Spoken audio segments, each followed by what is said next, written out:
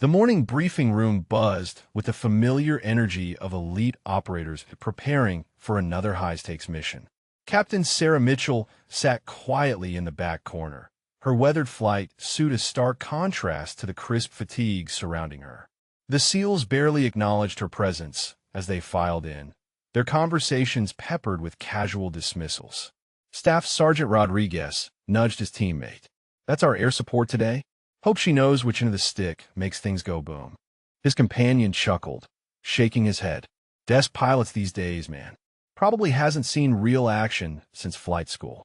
Sarah's fingers drummed silently against her knee, her gray eyes fixed on the mission board at the front of the room. The red pins marking enemy positions told a story she'd seen countless times before. Heavy surface war coverage, multiple layers of defense, whether moving in from the west. The kind of mission that separated the elite from the exceptional. Before we dive into this story, drop a comment and let us know what state you're watching from. Maybe you've witnessed similar situations where military women faced doubt about their capabilities. The briefing officer cleared his throat, commanding attention. "Gentlemen, we have 7 Marines trapped behind enemy lines. Extraction window closes in 6 hours." The room fell silent as the gravity of the situation settled over them.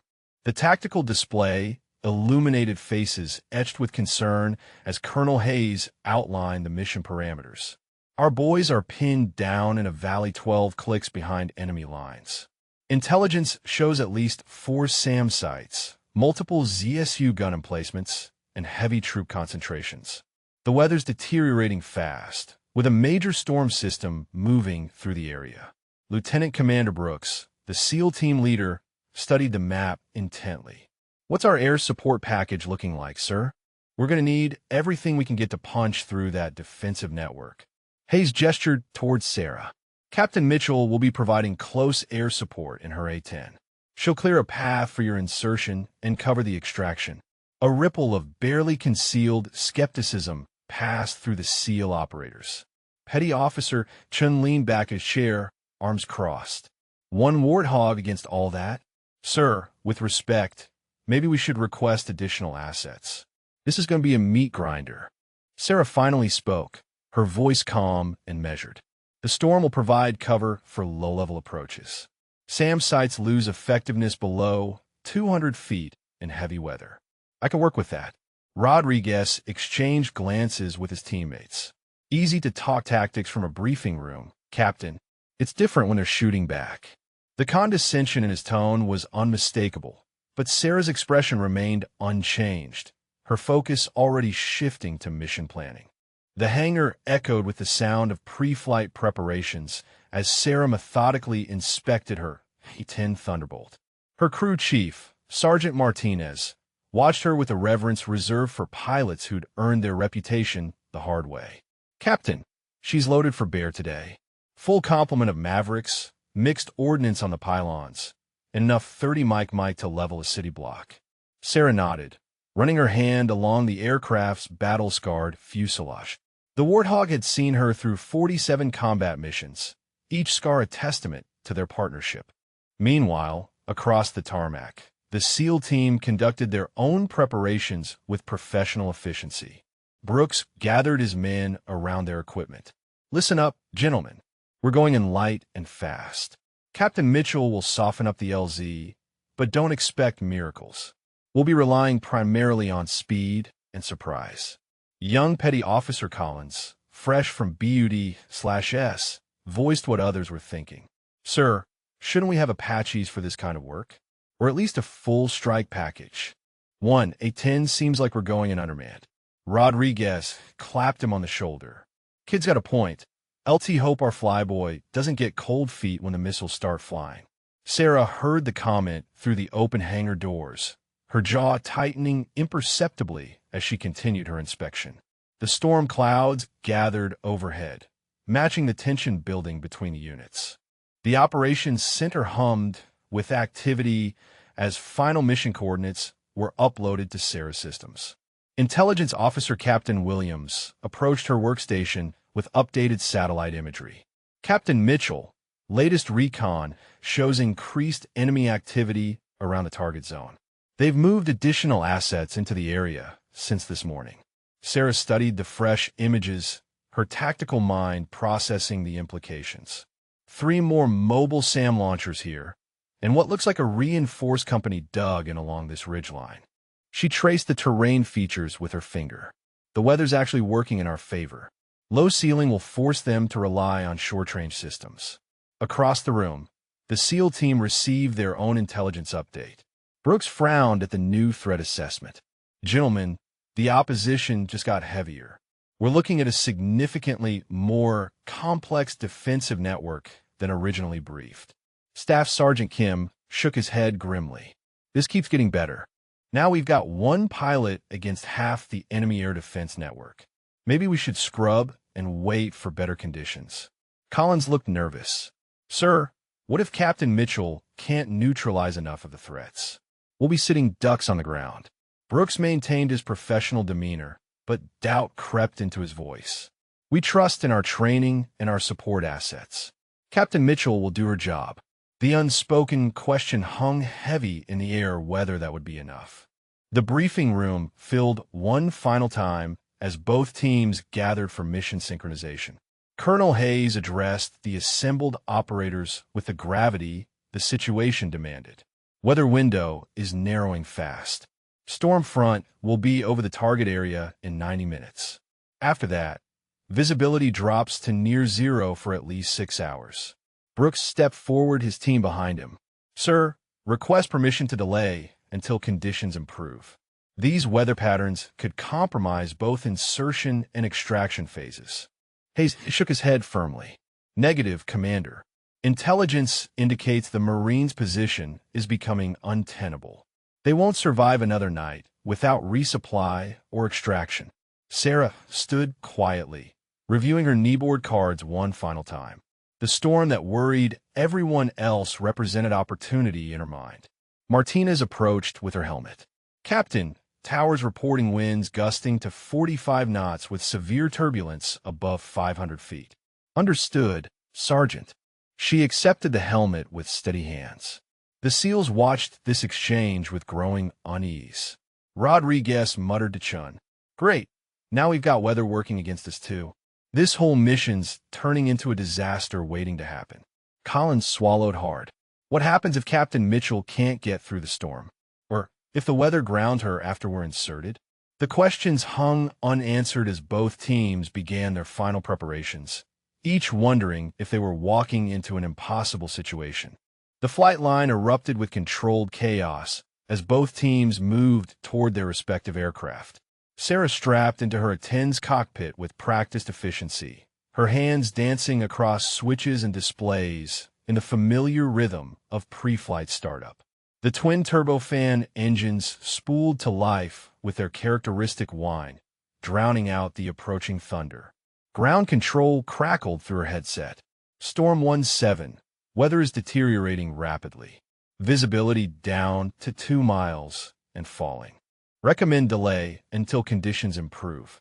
Sarah keyed her mic tower. Storm 17 ready for departure. I have the weather. The confidence in her voice masked none of the danger she was about to face. Across the tarmac, the SEAL team loaded into their insertion helicopter. Brooks performed final communications checks while his men secured their equipment. The pilot, Chief Warrant Officer Jackson, looked increasingly nervous as wind gusts rocked the aircraft. Jackson turned to Brooks. Sir, we're pushing the envelope here. These crosswinds are already at my aircraft's limits, and it's only getting worse. Rodriguez peered through the helicopter's window at Sarah's A-10 taxiing toward the active runway. Look at her go. Either she's the bravest pilot we've ever worked with, or the craziest. The distinction seemed increasingly meaningless as both aircraft prepared to launch into the gathering storm. The storm enveloped Sarah's A-10 like a living entity, battering the aircraft with violent turbulence that would have grounded lesser pilots. Lightning illuminated the cockpit in stroboscopic flashes while she maintained course through the chaos. Her instruments danced wildly, but her hands remained steady on the controls. Ground control's voice crackled with static. Storm 17, were showing severe weather cells directly over the target area. Multiple aircraft have declared emergency returns due to conditions. Storm 17 continuing mission. She banked hard left, using the storm's fury to mask her approach from enemy radar. The SEAL's helicopter struggled 50 miles behind, fighting just to maintain formation. Inside the transport, Collins gripped his seat as another violent gust threw the aircraft sideways. Jesus, how is she flying in this? The pilot can barely keep us airborne. Brooks monitored the radio frequencies, hearing nothing but static where Sarah's transmission should be. Communications are breaking down. We're going in blind. Kim checked his weapon for the 10th time. Maybe that's not such a bad thing. If we can't talk to her, she can't abort the mission when she realizes what she's flying into. Jackson wrestled with the controls as another powerful downdraft slammed them toward the ground. This is insane. We should turn back while we still can. But ahead of them, barely visible through the storm, Sarah's navigation lights continued their steady progress toward the target. The target area materialized through the storm like a vision from hell. Enemy positions dotted the landscape below, their defensive network far more extensive than intelligence had indicated. Sarah's radar warning receiver screamed warnings as multiple surface-to-air systems locked onto her aircraft simultaneously. Ground control's panicked voice broke through the static. Storm 17, we're showing at least 6 missile launches in your vicinity. Recommend immediate evasive maneuvers and abort. Sarah's response came calm and measured despite the chaos. Negative control. Beginning attack run. The A-10 dropped through the storm clouds like a falling anvil, diving toward the concentrated enemy defenses. 50 miles out, the SEAL helicopter finally reached the operational area. Brooks stared in disbelief at his tactical display. My God, look at that radar picture. She's flying straight into a wall of missiles. Jackson fought to maintain altitude as the storm battered their aircraft. Sir, I'm reading multiple SAM sites active. That A-10 just painted herself as target number 1 for every air defense system in the valley. Collins pressed against the window, trying to see through the storm. Where is she? I can't see anything out there. Rodriguez shook his head grimly. Probably already shot down. No pilot survives that kind of defensive fire, especially not in these conditions. The radio crackled with weapon system alerts and proximity warnings, but Sarah's voice remained conspicuously absent from the frequency. The silence from Sarah's radio stretched into eternity as the SEAL team approached their insertion point. Brooks monitored all frequencies desperately, hearing only the static of electronic warfare and the distant thunder of explosions echoing through the valley below. Jackson's voice carried the weight of impending disaster. Sir, I'm not picking up Storm 17 on any frequency. Her transponder went dark 3 minutes ago when she entered the SAM envelope. Kim stared at his equipment readout. Those were SA-15S down there, maybe SA-20S. Nothing survives a coordinated engagement from systems like that, especially not a single aircraft. Collins gripped his weapon tighter. What happens to the mission now? Without air support, we're walking into a meat grinder. The trapped Marines are counting on close air support that may no longer exist. Brooks made the hardest decision of his career. We continue the mission. 7 Marines are dying down there. We go in with or without air cover. Rodriguez looked at his teammates with grim determination. Then we better be ready to fight our way out alone. That pilot just bought a trying to help us, and now we're on our own. The helicopter descended toward the landing zone through the storm. Its crew and passengers resigned to facing the enemy's full defensive network without the promised air support. Below them, the valley erupted with flashes of light and thunder, but whether from lightning or combat remained terrifyingly unclear. The SEAL team touched down in the hostile landing zone, immediately taking cover as enemy fire erupted from multiple positions. Brooks coordinated his men with practiced efficiency while artillery rounds impacted dangerously close to their position. Rodriguez pressed against a boulder, returning fire. LT, we've got at least a company-sized element in defensive positions. Without air support, this is going to be a long fight. Suddenly, A new voice cut through the radio static with crystalline clarity. Viper 6, this is Storm 17. I have eyes on multiple targets. Danger close fire mission incoming. Brooks nearly dropped his radio in shock. Storm 17, we thought you were down. Where the hell have you been? Sarah's response carried a hint of amusement. Busy redecorating the neighborhood. Stand by for fireworks. The sky above the valley transformed into something beyond imagination. Sarah's A-10 materialized from the storm clouds like an avenging angel, her aircraft weaving between missile trails with impossible precision. The Gatling gun roared to life, sending streams of depleted uranium into enemy positions with surgical accuracy. Collins stared upward in amazement. How's she doing that? Those missiles should have nailed her 10 times over. Kim watched in awe as another SAM site erupted in flames. She's not just flying through their defenses. She's dancing with them. The thunderstorm that had seemed like their enemy now became Sarah's ally, concealing her movements while she systematically dismantled the enemy's entire defensive network. Sarah's A-10 became a force of nature incarnate, transforming the storm itself into a weapon of unprecedented precision. She dove through lightning-filled clouds, emerging at impossible angles to deliver devastating strikes before vanishing back into the tempest. Each attack run defied every principle of aerial combat the SEALs thought they understood. Brooks coordinated the ground advance while watching the aerial display above. Storm 17. How are you maintaining target acquisition in zero visibility conditions? Trade secrets, Viper 6. Just keep your heads down. Another thunderous roar split the air as Sarah's cannon eliminated a reinforced bunker position that had pinned down the trapped Marines for hours. Rodriguez pressed forward with his team, shaking his head in disbelief. She's using the lightning flashes to illuminate targets, timing her runs with the thunder to mask her approach. I've never seen anything like this.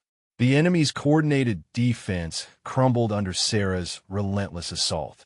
SAM sites fell silent one by one, their operators unable to track an aircraft that seemed to materialize from the storm itself. Collins watched a mobile launcher explode 50 meters away. She's not just providing close air support. She's conducting a symphony of destruction.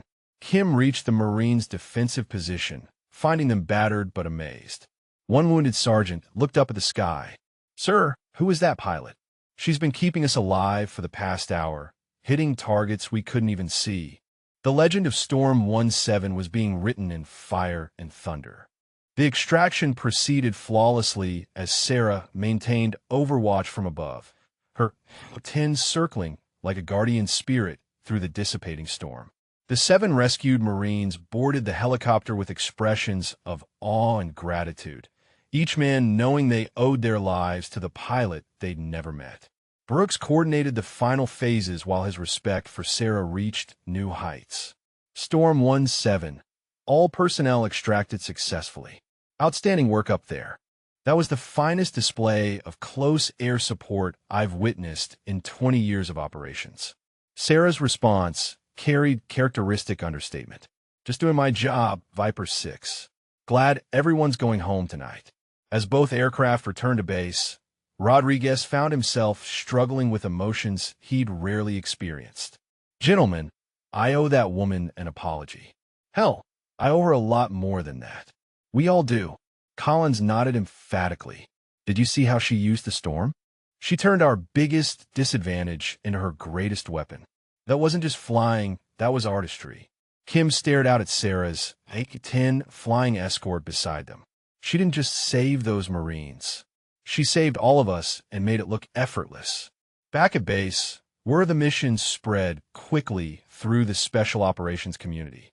The SEALs who had questioned Sarah's abilities now spoke of her with reverence reserved for legends. If you enjoyed this story, drop a comment and let us know your favorite moment, or share if you've witnessed similar courage and skill that completely changed your perspective on someone's abilities.